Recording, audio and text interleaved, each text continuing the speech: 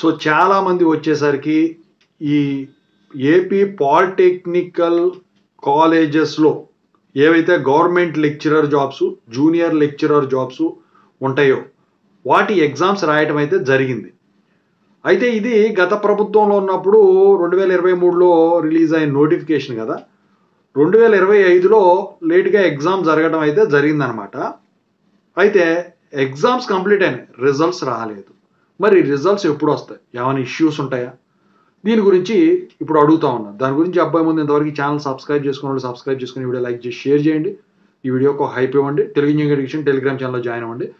So మరింత updates కోసం. ఇక వచ్చేసరికి ఏంటంటే ఈ ఎగ్జామ్స్ కంప్లీట్ అయినాయి. అబ్జెక్షన్స్ లేకపోతే అందుట్లో ఉన్న తప్పుల్ని వీటన్నిటి కూడా అయిపోయిందండి.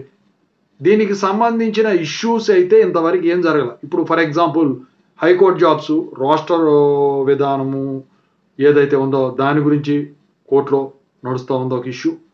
అలాగే గ్రూప్ 2 ఏవైతే ఉన్నాయో వాటికి సంబంధించిన ఇష్యూ కూడా రోస్టర్కి సంబంధించింది కాబట్టి అది జరుగుతుంది. అంటే హైకోర్టు జాబ్ రోస్టర్ సంబంధించింది కాదు, కాంట్రాక్ట్ ఉద్యోగులు రెగ్యులరైజేషన్ సంబంధించిన దాని గురించి వాళ్ళు వేయటం జరిగింది. అలాంటివి ఇందుట్లో ఏమీ పునరావృతం అయితే కాలేదు.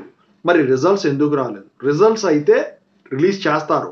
అయితే నవంబర్లో మీకు ఈ పాలిటెక్నిక్ కాలేజ్ లెక్చరర్ జాబ్స్ సంబంధించిన రిజల్ట్స్ అయితే డిక్లేర్ చేసేదానికైతే మ్యాక్సిమం ఛాన్స్ ఉన్నాయి.